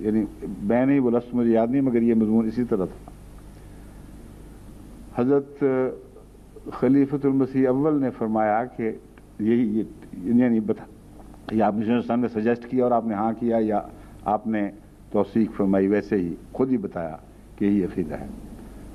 تو آپ نے کہا کہ پھر آپ کا کیا عقیدہ ہے؟ کیا یہ نہیں ہے؟ خلیفۃ المسیح اول نے سر جھکا لیا اور بہت ہی شرمندہ ہو کے واپس لوٹے. مراد یہ تھا کہ میں تمہیں صدیق کے طور پر دیکھنا چاہتا ہوں. ایمان العجائز بھی ایک مقام ہے، مگر صدیقیت کا تقاضا یہ ہے کہ اپنے آقا کے قول کو محض اس لیے قبول نہ کرے کہ مجھے تو برا نظر آ رہا ہے مگر اچھا ہوگا. یہ شان نہیں ہے. اس کے فعل کو اچھا دیکھنے کی صلاحیت پیدا کرو، کیونکہ اچھے کے سوا فعل اس کا ہو ہی نہیں سکتا. اس کا ہر قول، اس کا ہر فعل حسن ہے. اگر تم اس آنکھ سے نہیں دیکھو گے تو تمہیں صدیقیت کا مقام نہیں مل سکتا. تو دیکھیں کتنا لطیف مضمون ہے جو ذنب اور نیکی کی نسبتی حالتوں کو ظاہر کرتا ہے. اس لیے یہ کہنا کہ ذنب اور سیئہ میں یہ فرق ہے کہ ایک عدم اطاعت یہ غلط ہے. ہر وہ غلطی جو خدا تعالیٰ کی اس توقع سے ایک بزرگ میں گری ہوئی حالت دکھائی دے، وہ ذنب ہو جاتی ہے اس کے لیے، اور عامت و ناس کے لیے وہ عظیم الشان نیکی بن جاتی ہے. تو انبیاء جو استغفار کرتے ہیں وہ گناہوں کی استغفار نہیں کرتے، وہ اپنے اعلیٰ مراتب سے متوقع سے وابستہ توقعات کے معاملے میں فکر مند رہتے ہیں کہ شاید کوئی لغزش ایسی ہو گئی ہو جو اس مرتبے اور مقام سے مجھے گرانے والی ہے، میری شان کے خلاف ہو. تو سیئہ اس بدی کو کہتے ہیں جو انسان کے ذات سے، اس کے افعال سے، اس کی سوچوں سے وابستہ ہے، خواہ اس کو نظر آئے یا نہ آئے. اور بسا اوقات وہ اعمال میں جاری رہتی ہے اور انسان کو محسوس نہیں ہوتا. اسی لیے اللہ تعالیٰ نے یہ دعا سکھائی، وَنَعُوذُ بِاللَّهِ مِن شُرُورِ أَنفُسِنَا وَمِن سَيِّئَاتِ أَعْمَالِنَا. یہاں شرور جو ہیں وہ ذنب کے قائم مقام ہیں، اور سیئات اعمال سے مراد فطری طبی عادتیں ہیں جو ذنب سے پیدا ہوتی ہیں مگر فطرت ثانیہ بن جاتی ہیں اور مستقل انسان کے ساتھ لگ جاتی ہیں. ان سیئات سے بچنے کی دعا ہے. بس یہاں بھی سیئہ کا لفظ ذنب کے مقابل پر میرے نزدیک یہی حیثیت رکھتا ہے. اور سیئہ کا یا سا کا جو معنی قرآن کریم نے بیان کیے ہیں، کہ جو معنی قرآن کریم نے بیان کیے ہیں ان کی آیات کے حوالے سے مختلف پہلو پر آپ کو مطلع کرنے کے لیے میں اس کی مثالیں بتاتا ہوں. سا کا مطلب برا ہونا ہے، مثلا یا شاق گزرنا، تکلیف دہ ہونا. سا سبیلا ایک طریقہ ہے جو برا ہے، عام معنوں میں، برائی کے معنوں میں. اور عمل کے مضر ہونے سے تعلق میں کہ یہ جو اعمال ہیں ان کے یہ برا نتیجہ نکالیں گے اور اس کا ان کو نقصان پہنچے گا. سا ما کانوا یعملون، یہ جو وہ کام کرتے ہیں یہ بے نتیجہ نہیں رہیں گے اور ضرور بد نتیجہ پیدا کریں گے. اور پھر تکلیف پہنچانا اور ذلیل کرنے کے معنوں میں بھی ہے. لیسوء وجوہکم، تاکہ لیسوء ہے، یسوع کیوں لکھا ہوا ہے؟ لیسوع ہونا چاہیے میرے خیال میں، تو او لکھا ہوا ہے اس پہ غلط. زیر زبر کی احتیاط کر لیا کریں پہلے. لیسوع ہی ہونا چاہیے، لے کے ساتھ تو پھر وہ منسوب ہو جائے گا. لیسوء وجوہکم، تاکہ وہ تمہارے چہروں کو نقصان پہنچائے اور تکلیف پہنچائے یا ذلیل اور رسوا کر دے. وجوہکم سے مراد ایک تو چہرے ہیں، اور چہرے سے مراد یہاں منہ، صرف منہ نہیں بلکہ ہر بدی یا ہر بد خبر جو انسان کو پہنچتی ہے اس کا چہرے پر ضرور اثر ظاہر ہوتا ہے. تو تفاصیل بیان نہیں فرمائیں کہ کیا کیا تکلیفیں تمہیں پہنچانا مقصود تھا،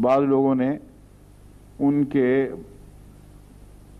اندرونی اعضاء لیے ہیں کہ ان کو چھپانے کے لیے وہ ظاہر ہو جائیں، حالانکہ یہ مراد نہیں ہے۔ ان کے اندر جو بعض کمزوریوں کے رجحان پائے جاتے تھے وہ نمایاں ہو کر ابھر آئیں، اس لیے شیطان نے ان سے آدم اور حوا کو پھسلایا، لیبدی لہما ما ورئ عنہما من سوآتہما، کہ وہ ان کی جو چھپ چھپی ہوئی بدیاں تھیں وہ ننگی ہو کر باہر نکلائیں۔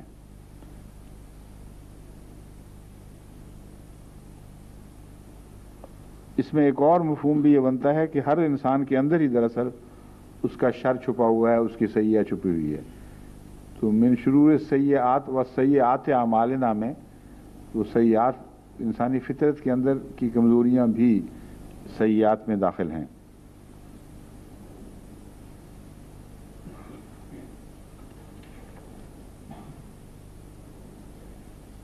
مصیبت بدکار انسان، گندے اعمال والا، وَعَمِلُوا الصَّالِحَاتِ وَلَا الْمُسِیء،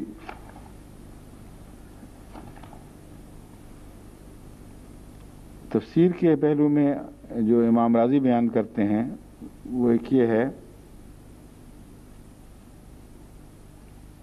کہ دو ہی آراء ہیں، ایک جو محمد رسول اللہ علیہ وسلم کی طرف لفظ منادی کو پھیرتے ہیں، قولان احدہما انہ محمد صلی اللہ علیہ وسلم وہو قول الاکثرین، یہ اکثر کا یہی قول ہے، والدلیل علیہ قولہ تعالی ادعو الی سبیل ربک وداعیا الی اللہ باذنہ وغیرہ وغیرہ، کہ قرآن کریم میں جو حضرت صلی اللہ علیہ وآلہ وسلم کو ارشاد ہے بار بار ادعو الی سبیل ربک، اپنے رب کی طرف بلا، اور داعیا الی اللہ باذنہ وسراجا منیرا، کہ وہ تو اللہ کے اذن کے ساتھ ساری دنیا کو بلا رہا ہے، اور ایسے روشن دلائل کے ساتھ بلا رہا ہے جیسے سورج کسی کو بلاتا ہو، سراج منیرا، وہ صداقتوں کا کھلا کھلا سورج ہے جو چڑھ گیا ہے، اور اس کے بلانے میں کوئی بھام نہیں، کوئی اندھیرا نہیں، وہ سراسر صداقت اور سچائی کی طرف بلانے والا ہے۔ تو اس میں بھی وہی منادی کے معنی پائے جاتے ہیں۔ یہ اتنا مضبوط استنباط دینے کے باوجود علامہ راضی دوسرے معنی کو ترجیح دے رہے ہیں، جو یہ ہے کہ قرآن مراد ہے اور رسول اللہ صلی اللہ علیہ وسلم نہیں۔ وہ کہتے ہیں اس لیے یراد ان محمد صلی اللہ علیہ وسلم، لیکن آگے بتاتا ہوں امام راضی کیا کہتے ہیں۔ ان کی دلیل جو میں نے پڑھی تھی اس کا خلاصہ یہ ہے کہ قرآن کریم تو آج بھی بلا رہا ہے، اور حضرت صلی اللہ علیہ وسلم وصال پا چکے ہیں، اس لیے ینادی کا جو جاری مضمون ہے وہ رسول اللہ علیہ وسلم کے حوالے سے درست نہیں بیٹھتا، حالانکہ یہ کوئی دلیل نہیں ہے۔ اگر اس بات پر غور کیا جائے کہ قرآن محمد رسول اللہ علیہ وسلم کو عطا ہوا، اور جب محمد رسول اللہ علیہ وسلم کے منہ سے جاری ہوا تو وہ خدا کی باتیں محمد رسول اللہ کی باتیں بن گئیں، اور وہی باتیں ہیں جن کو دوام ہے۔ حضرت مسیح موعود علیہ السلام کا ایک اسی مضمون کا الہام ہے جس پر بعض لوگوں نے اعتراض کیے، مگر امر واقعہ یہ ہے کہ اللہ کی باتیں بعض بندوں کی باتیں بن جاتی ہیں، اور ما ینطق عن الہوی ان ہوا الا وحی یوحی میں بھی نطق وحی محمد رسول اللہ علیہ وسلم کی طرف منسوب فرمایا ہے کہ نطق یہ کرتا ہے اور وہی اللہ فرماتا ہے۔ تو اصل مراد حضرت صلی اللہ علیہ وآلہ وسلم ہیں جو قرآن کی زبان سے بول رہے ہیں، اور قرآن آپ کی آواز دنیا کو پہنچا رہا ہے، کیونکہ اللہ نے قرآن آپ پر وہی نازل فرمایا تھا، براہ راست ہر ایک پر نازل نہیں ہوا۔ تو اس لیے نادی اور منادی در حقیقت اول طور پر حضرت محمد مصطفیٰ صلی اللہ علیہ وسلم ہیں، اور قرآن وہ ذریعہ بن گیا ہے جو آپ کی آواز پہنچانے والا۔ اور عجیب بات ہے کہ سیل جیسا آدمی بعض دفعہ بڑی نکتے کی بات کر جاتا ہے جہاں دشمنی کام نہ کر رہی ہو۔ لوگ تو کافی محنتی اور ذہین تھے، کچھ نہ کچھ بات سمجھ جاتے ہیں۔ وہ یہی معنی کرتا ہے بین ہی کہ محمد مراد ہے ود قرآن، وہ محمد جس کے ہاتھ میں قرآن ہے وہ منادی ہے. بس قرآن فی ذاتے ہی منادی نہیں ہے، بلکہ محمد رسول اللہ علیہ وسلم کے ہاتھوں میں آپ کی زبان پر جاری ہو کر پھر منادی بنا ہے.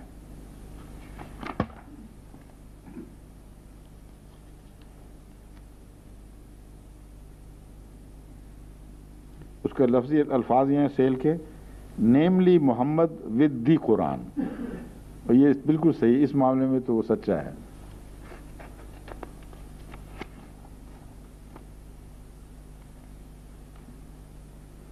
ایک یہ بحث اٹھائی گئی ہے کہ منادی اور یونادی کے الفاظ جمع کرنے سے کیا حاصل. اب دیکھیں آپ نے ہمارے اہل علم ماشاءاللہ بہت باریکیوں میں اترے ہیں.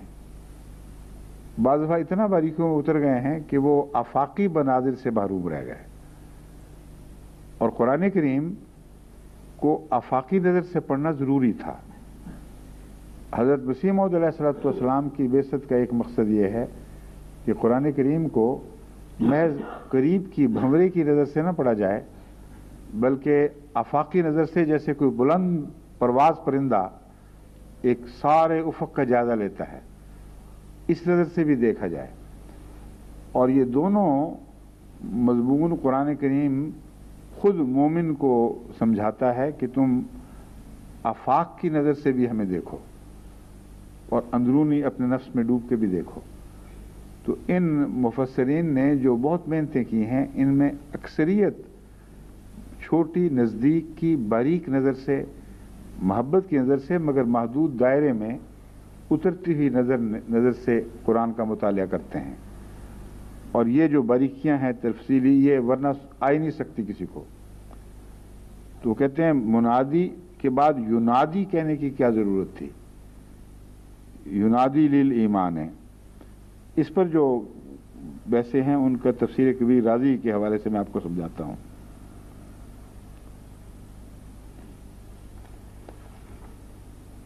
ذکر النداء مطلقا ثم مقیدا بالایمان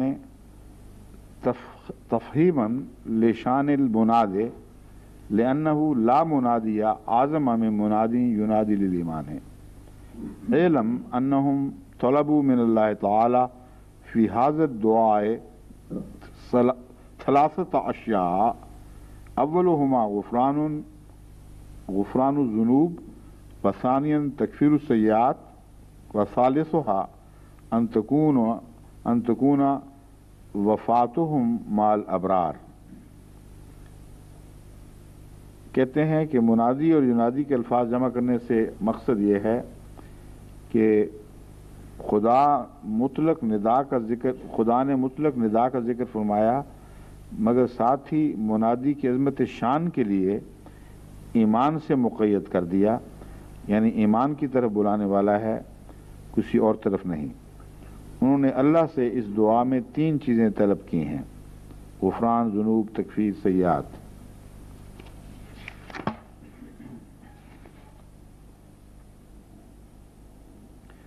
علامہ زمخشری کا حوالہ دیتے ہوئے تفسیر القاسمی میں لکھا ہے کہ زمخشری کہتے ہیں کہ تو اصل وہیں سے لینا چاہیے تھا. دراصل جو حوالہ در حوالے ہیں ان کے مقابل پر اگر اصل دیا جائے تو زیادہ اچھا ہے اور یقینی ہو جاتا ہے مضمون. اس لیے الکشاف کا جہاں بھی ذکر ہو، خواہ زمخشری کا ہو یا کشاف کا، اصل حوالہ ان کو کہیں وہ نکالا کریں. اگر تو کہے کہ المنادی اور یونادی کو جمع کرنے کی غرض کیا ہے، تو میں کہتا ہوں پہلے مطلق ندا اور پھر ایمان کے ساتھ مقید کر کے ذکر منادی کی شان کی بڑائی بیان کی ہے، کیونکہ کوئی منادی بھی ایمان کی طرف بلانے والے سے بڑھ کر نہیں ہو سکتا.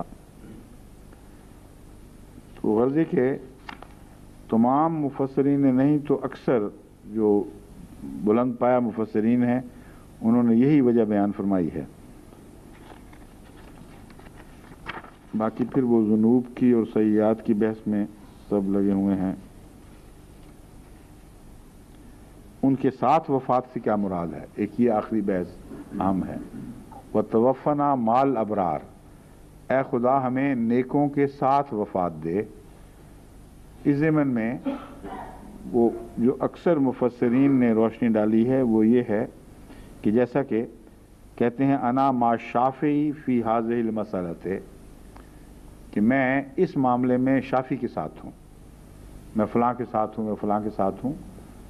مراد یہ ہوتی ہے کہ جو مسلک اس کا وہی میرا۔ تو مال ابرار سے مراد یہ ہوگی کہ میں نیکوں کی حالت میں، نیکوکاری کی حالت میں ایسے وقت میں وفات پاؤں جبکہ بین ہی میرا وہی حال ہو جو نیکوں کا حال ہے۔ دوسرے لفظوں میں نیکوں کی جماعت میں شامل ہوں۔ یہ جو طرز بیان ہے یہ نیکوں میں لکھ لینے کے مقابل پر زیادہ گہرے مضمون پر دلالت کرتی ہے۔ کسی کو نیکوں میں لکھ لینا مراد یہ ہوتی ہے کہ کمزوریاں ہوں بے شک لیکن پھر بھی نیک گنا جائے، لیکن نیکوں کے ساتھ میرا شمار کرنا مراد یہ ہے کہ یعنی ان علماء کے نزدیک اس مضمون کو زیادہ تقویت ملتی ہے کہ ان کے نیکی کی حالتیں میری نیکی کی حالتیں ہو جائیں اور 100% اتفاق ہو۔ یہ معنی انہوں نے اس استعمال سے نکالا ہے کہ انی ما شافی فی ھذہ المسئلہ، میں اس معاملے میں شافی کے ساتھ ہوں۔ یہ اس وقت انسان کہتا ہے جب کلیتاً بین ہی اسی مسلک اور اسلوب کو اختیار کرے، اگر اختلاف ہو تو یہ نہیں کہا جا سکتا۔ تو مراد یہ ہے کہ ہمیں ایسی حالت میں وفات دے کہ نیک جو بھی ہیں تیرے علم میں ہم بین ہی ویسے ہو چکے ہوں۔ اس مضمون کو حضرت امام راضی اس آیت کریمہ سے بھی باندھتے ہیں جو سورہ نساء کی آیت ہم نبوت کے مفہوم کو واضح کرنے کی خاطر پیش کرتے ہیں، فَأُولَٰئِکَ مَعَ الَّذِينَ أَنْعَمَ اللَّهُ عَلَيْهِمْ۔ تو امام شافعی کہتے ہیں وہی بالکل وہی مضمون ہے جو اس آیت میں انعم اللہ علیہم کا ہے، یعنی ہمیں ان کے ساتھ یہ مراد نہیں کہ جہاں منعم اللہ بیٹھے ہوں ایک طرف ہمیں بھی بٹھا دے۔ مراد یہ ہے ہمارا مسلک، ہمارا طریق، ہمارا انداز زندگی 100% وہی ہو جائے جو ان لوگوں کا ہے جن پر تو نے انعام فرمایا، اور ان میں سے ان مراتب میں سے کسی ایک میں کے مرتبے والوں میں ہم ضرور شامل ہوں۔ یعنی سارے مرتبے تو نہیں میسر آ سکتے ہر ایک کو، ان میں نبیین و صدیقین و شہداء و صالحین یہ چاروں مراتب شامل ہیں۔ تو مائیت کا معنی بھی ضمناً اس سے حل ہو گیا، یعنی حل تو پہلے ہی تھا مگر میں مزید ایک تقویت کا ثبوت مہیا کر رہا ہوں۔ پھر آگے یہ بحث اٹھی ہے کہ فاغفر لنا اس کے بعد کیوں فرمایا ہے؟ فات و جزا کے لیے آتا ہے اور کسی توبہ کا ذکر نہیں ہے کہ جب ہم ایمان لے آئے تو پھر بخشش کیوں ہو جائے، اور توبہ کا کوئی ذکر بھی نہیں، اور جزا مانگ رہے ہیں ایمان کی، گویا کہ ایمان لے آئے تو پھر یہ جزا دو۔ پھر اس کے بعد دوسرا مضمون ہے فاغفر لنا ذنوبنا، اگر ربنا فاغفر لنا ذنوبنا وکفر عنا سیئاتنا، گناہ اگر بخشے جائیں تو علماء یہ بحث اٹھاتے ہیں وہ تو توبہ کے بعد بخشے جاتے ہیں، اور اگر توبہ ہو گئی تو پھر سیئات کہاں سے باقی رہیں؟ تو پہلے توبہ کے ذریعے بخشش، پھر سیئات سے بچنے کی دعا، اس کا کیا مطلب ہے؟ آخری طور پر پھر وہ ہے کہ مال ابرار اس حالت میں پھر پہنچانے کی جو آخری نتیجہ نکالا گیا ہے، اس کا کیا مطلب ہے؟ کیوں جی آج رکھیں یا کل اس مضمون کو جاری رکھیں؟ ہے نا، بس اس کو بس ختم کر لیتے ہیں، اس مضمون کو کوشش کرتے ہیں۔ اب میں آپ کو اصولاً آپ کو یعنی لفظاً بھی جو علماء نے باتیں کی ہیں اور مجموعی طور پر جو ہے ان کی آراء یا ان کی تفاسیریں اس سے میں مطلع کر چکا ہوں۔ اب میں آپ کو سمجھاتا ہوں، اور غالباً میں اس موضوع پہ بعض خطبات پہلے دے بھی چکا ہوں، کہ یہاں ایک بہت ہی عظیم الشان کلام مربوط ہے جو پہلے سلسلے کے ساتھ جاری ہے، پہلے اس کا تعلق پہلی آیات سے سوچنا چاہیے۔ وہ یہ ہے کہ وہ لوگ جو کائنات کو باطل نہیں سمجھتے، انہی میں سے انبیاء پیدا ہوتے ہیں، انہی کی رسائی پھر خدا تک جاتی ہے، اور خدا پھر انہی لوگوں کو چنتا ہے اپنے پیغام بھیجنے کے لیے۔ اور نبوت ایسے اولو الالباب کے سوا آپ کو کہیں نہیں ملے گی، اور اولو الالباب کا آخری زینہ نبوت ہے۔ یہ ایک پیغام ہے جو پچھلی مضمون سے اس کو باندھ رہا ہے اور المنادی کے اندر داخل ہے یا منادین میں داخل ہے۔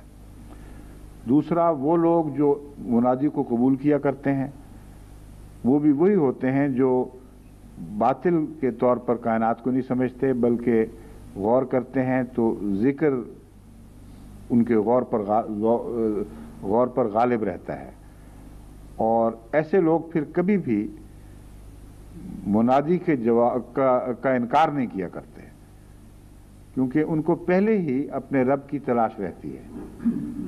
یعنی نبوت کی حالت سے پہلے اگر ایسے لوگ ہوں جو کائنات پر غور کرتے ہوئے ذکر الہی کریں، اللہ کی محبت کی باتیں کریں، تو اللہ تعالیٰ ان کو ضائع نہیں ہونے دیتا، اور یہی وہ لوگ ہیں کہ جو نبوت کی آواز پر لبیک کہنے والے ہوتے ہیں۔ اب منادی کے ساتھ ینادی للایمان جو فرمایا گیا ہے، اس کا مطلب یہ ہے کہ باوجود اس کے کہ تم کائنات میں خدا تعالیٰ کے وجود کے مشاہدے کرتے ہو، لیکن وہ ایک ذریعے سے ہے، ایک ریفلیکشن ہے، ایک تصویر ہے جو تمہارے سامنے ہے، خدا نہیں ہے۔ یعنی کائنات الگ ہے اور خدا الگ ہے۔ کائنات میں تمہیں تصویریں دکھائی دیتی ہیں، مگر یہ کافی نہیں ہیں حقیقت میں اللہ سے ملانے کے لیے۔ ضروری ہے کہ کوئی شخص اس خدا سے مل چکا ہو، ضروری ہے کہ وہ ملنے والا اندر کی راہ دکھانے والا، جس کو مسیح موعود علیہ السلام فرما رہے ہیں، دیکھ کر باہر آئے اور پھر آوازیں دے کہ آ جاؤ، میں نے دیکھ لیا ہے، وہ موجود ہے۔ اس آخری مقصد کی طرف وہ لوگ سفر کرتے ہیں جن کا ذکر پہلے چلے آ رہا ہے کہ اولو الالباب ہیں۔ اب وہاں دو باتیں ہیں، وہ لوگ بھی اس میں داخل ہیں۔ یہ بہت ہی لطیف انداز ہے قرآن کا کہ جو ایمان لانے کے بعد غور شروع کرتے ہیں، اور وہ لوگ بھی جو غور کرتے ہیں تو خدا کا ذکر غالب ہوتا ہے، تو وہ ایمان لانے کی صلاحیتیں اپنے اندر رکھتے ہیں، وہ کہ پوٹینشل مومنین ہیں۔ تو اس پہلو سے پہلی حالت جو بیان ہو گئی ہے وہ ان کی پوٹینشل حالت ہے، یعنی ان لوگوں کی جو ایمان نہیں لائے لیکن ایمان کی طرف حرکت کر رہے ہیں۔ دوسرے وہ لوگ ہیں جو ایمان لے آئے ہیں، منادی ان میں ظاہر ہو چکا، ان کی کیفیت بدرجہ اولا ان آیات میں بیان ہوئی ہے کہ ایمان کی رونق اور زینت کے نتیجے میں وہ لوگ اس راہ پر چل پڑے ہیں، اور یہ ان کی کیفیت ہے۔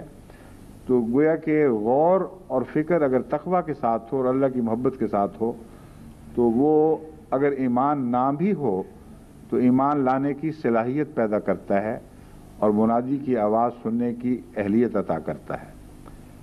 اور اگر وہ ایمان لانے والا آدمی ہو تو سونے پر سہاگا ہے، پھر تو اٹھتے بیٹھتے ہر حالت میں چاہتے سوتے جاگتے اس کا غور خدا کے ذکر کے گرد گھومتا ہے یا اس سے متصل رہتا ہے، اور نتیجہ دونوں کا ایک ہی ہے۔ ایک وہ ہیں جو کہتے ہیں باطل نہیں ہے، جن کو ابھی منادی تک رسائی نہیں، وہ بھی یہی نتیجہ نکالتے ہیں اگر وہ اللہ کے ذکر کے سے مغلوب ہو کر غور کریں، مگر ان کا نتیجہ پھر بھی باہر والوں کا نتیجہ ہے، بیرونی نظارے کا نتیجہ ہے۔ ایک وہ لوگ ہیں جنہوں نے منادی کو پا لیا، وہ جب کہتے ہیں باطل نہیں ہے تو بہت بڑی طاقت اور شان کے ساتھ کہتے ہیں، کیونکہ وہ صاحب تجربہ لوگ ہیں، وہ خدا کو دیکھ لیتے ہیں، تعلق قائم کر لیتے ہیں، مگر منادی کے ذریعے بعد میں پھر وہ ذاتی تعلق میں تبدیل ہوتا ہے۔ اس کے بعد جب یہ فرمایا ینادی للایمان، تو بعض لوگ یہ کہہ سکتے ہیں کہ پہلے بھی تو ایمان والوں کا ذکر ہے، تو پھر ایمان کے بعد ایمان لانے کا کیا معنی؟ تو قرآن سے قطعی طور پر یہ ثابت ہے کہ اسلام کی بھی حالتیں ہیں اور اس کے باوجود اسلام کی طرف بلایا جاتا ہے، اور ایمان کی حالتیں اللہ تعالیٰ تسلیم فرمانے کے بعد پھر دوبارہ ثم الذین آمنوا، پھر وہ لوگ ہیں جو دوبارہ ایمان لاتے ہیں. تو یہ مضمون ہے ایمان کے مراتب کا مضمون، کہ اگرچہ بہت سے ایمان لانے والے ایسے ہیں جو خدا تعالیٰ کو کائنات میں دیکھ کر ایمان لے آتے ہیں اور محبت کی باتیں بھی کرتے ہیں، مگر ایک وہ ایمان ہے جو منادی کی صحبت سے عطا ہوتا ہے، یا منادی کی باتیں مان کر اس کی پیروی سے عطا ہوتا ہے. وہ ان لوگوں کو جو بظاہر اپنے آپ کو مومن سمجھ رہے ہیں پھر بھی ایمان کی دعوت دیتا ہے کہ ابھی تمہیں پتہ نہیں کہ تم کیا کس حالت میں ہو. جس کو تم ایمان سمجھ رہے ہو یہ سوتے میں آنکھ کھلی ہے، لیکن ہم تمہیں حقیقت میں جاگنے کی طرف بلا رہے ہیں. وہ ایمان بہت زیادہ روشن اور منور ہے جو خدا کے نبی کی پیروی سے ملتا ہے، اور کوئی مفکر، کوئی ایسا کائنات پر غور کرنے والا خواہ نیک دل بھی ہو، اللہ سے پیار بھی رکھتا ہو، وہ اس ایمان کو پا ہی نہیں سکتا جو نبوت کی وساطت سے عطا ہوتا ہے. تو ینادی للایمان میں لازماً وہ باتیں بھی ہیں کہ مرتبہ ہے، ایمان کی طرف بلاتا ہے، بدی کی طرف نہیں، مگر میرے نزدیک اس کا شائبہ بھی کوئی دماغ میں نہیں آتا کہ یہ منادی کس طرف بلا رہا ہے. اگر خالی منادین بھی کہا جاتا تو جو مضمون چل رہا ہے ظاہر ہے ہر انسان یہی سمجھتا کہ ذکر الہی کی طرف بلا رہا ہے، اللہ کی محبت کی طرف بلا رہا ہے، حقیقی عقل کی طرف بلا رہا ہے. اس لیے وہ جو باتیں ہیں وہ اپنی ذات میں درست بھی ہوں تو اس آیت کا منطوق معلوم نہیں ہوتی، اس آیت کی غایت معلوم نہیں ہوتی. اس آیت کی غایت یہ ہے کہ یہ سارے لوگ محتاج ہیں اس ایمان کے جس کی طرف صرف منادی بلا سکتا ہے. بن دیکھے کس طرح کسی محروم پہ آئے دل، کیسے کوئی خیالی صنم سے لگائے دل. گفتار گر نہیں ہے نہ دیدار گر نہیں ہے تو گفتار ہی صحیح. آگے کیا ہے؟ آثار ہی صحیح، حسن و جمال یار کے آثار ہی صحیح. تو وہ آثار سے بات شروع ہوئی تھی. حضرت مسیح علیہ السلام کہتے ہیں کہ اگر دیدار نہ ہو سکے تو آثار ہی پہ گزارے ہوں گے مگر وہ بات اور ہے کہ دیدار نصیب ہو جائے. تو یہ مضمون جو ایمان کا ہے یہ اپنے کمال کو پہنچتا ہے منادی کے تعلق میں، اور منادی کی غرض ہی ایمان کے اعلیٰ مراتب تک پہنچانا ہے. پھر فرمایا کہ وہ لوگ جنہوں نے ایمان والے کی پکار کو سنا اور یہ تکبر نہیں کیا ہم تو پہلے ہی پہنچے ہوئے ہیں. ایسے بھی تو ہو سکتے ہیں کہ ہم تو رات اٹھتے بیٹھتے ہر وقت خدا کو یاد کرتے ہیں، ہمیں کیا ضرورت ہے اس مرادی کی آواز سننے کی. وہ لوگ جو سر جھکا دیتے ہیں اور جانتے ہیں کہ یہ اعلیٰ درجے کا مقام ہے، ان کے ساتھ پھر ایک سلوک شروع ہوتا ہے. اس ضمن میں حضرت رسول مسیح موعود علیہ السلام کی زندگی کا یہ واقعہ بھی بہت دلچسپ اور برمحل ہے کہ ایک شخص جو فقیرانہ درویشانہ حالت کا انسان تھا اچانک نمودار ہوا مسجد میں، سفر کر کے کہیں سے آیا تھا، اور آ کے اس نے نماز کے مان بعد حضرت مسیح موعود علیہ السلام سے عرض کیا میری بیعت لے لیں. آپ نے بیعت لے لی، اچھا جی چلتے ہیں. اور ہمیشہ گھر میں چلے گئے اور وہ رخصت ہونے لگا. تو ایک صحابی نے اس سے کہا کہ تمہارا کیا حال ہے، بیٹھو کچھ صحبت سے فائدہ اٹھاؤ، کیونکہ بیعت کا کیا فائدہ اگر تم یہاں بیٹھو گے نہیں. تو اس نے کہا اسی پہنچے ہوئے یہاں انہوں نے جواب دیا کہ بھائی اگر پہنچے ہوئے تھے تو آنے کی کیا ضرورت تھی، کہ میں آپ ہی کا تو آیا ہوں، اتوں جوتیاں پہنیاں سن جوتیاں پہنیاں سن کہ جا بیعت کر کے آ، ورنہ میرا قرب نصیب نہیں ہوگا. تو جب منادی ظاہر ہو جائے تو اس کی وساطت لازمی ہو جاتی ہے. مگر وہ پہنچا ہوا اتنا نیک تو ضرور تھا کہ پہنچا ہوا سمجھتا تھا، اور اللہ تعالیٰ نے اس کی دل کی نیکی پر نظر فرما کے اس کو تکبر کی حالت میں بننے سے بچا لیا، اور خود اطلاع دی کہ پہنچا ہوا جو بھی ہے تو سمجھتا رہے، لیکن وہاں بیعت کرے گا تو پھر تو پہنچا ہوا شمار ہوگا. تو یہ ہے منادی للایمان کی ضرورت، ینادی للایمان، کہ اس نے منادی کرنی ہی کرنی ہے، ورنہ لوگوں کو کیا پتا کہ اصل ایمان کہاں ہے۔ تو وہ جو ایمان کی حالت میں ہیں ان کے لیے بھی منادی کرتا ہے، اور اعلیٰ درجے کے ایمان کے مراتب ان کو عطا کرنے کے لیے دعوت دیتا ہے، اور وہ جو ایمان سے باہر بیٹھے ہوئے ہیں ان کے لیے بھی منادی کرتا ہے۔ پس جو ایمان لے آتے ہیں اس کا یہاں مطلب یہ ہے ان کو ابھی پہلا ایمان تھا دلیل کا ایمان، اور دلیل کے ایمان کی کوئی جزا نہیں ہوا کرتی، وہ ایک طبعی تعریف ہے۔ آپ نے آگ کو دیکھا، آگ کہا تو آپ کو کہے جو پیسے نکالو، میں نے کہہ دیا، وہ دن چڑھ گیا میں بھی مانتا ہوں، لاؤ پیسے دو، یہ تو ہو ہی نہیں سکتا۔ تو وہ جو پہلے غور کرنے والے تھے انہوں نے دیکھا، پہچانا، ان کی یہی جزا ہے کہ جہنم سے بچ جائیں گے، اور یہی انہوں نے دعا بھی کی، فقنا عذاب النار۔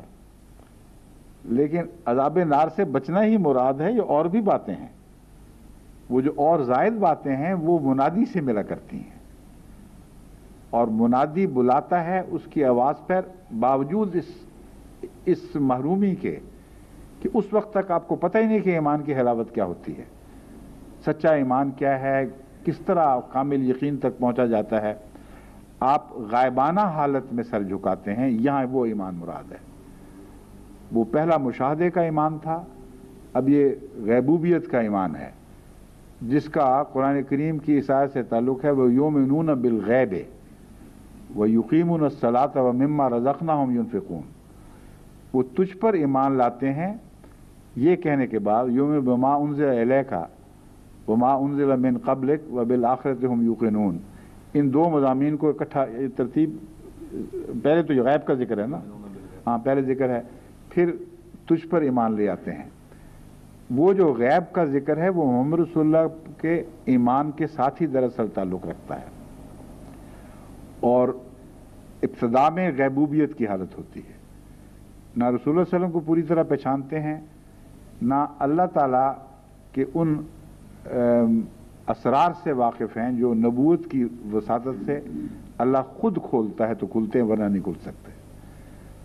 تو ان کے لیے جزا ہے، کیونکہ حضرت مسیح علیہ السلام نے اس مضمون پر بہت کچھ لکھا ہے، فرماتے ہیں غیب کی حالت میں ایمان لانا جزا چاہتا ہے۔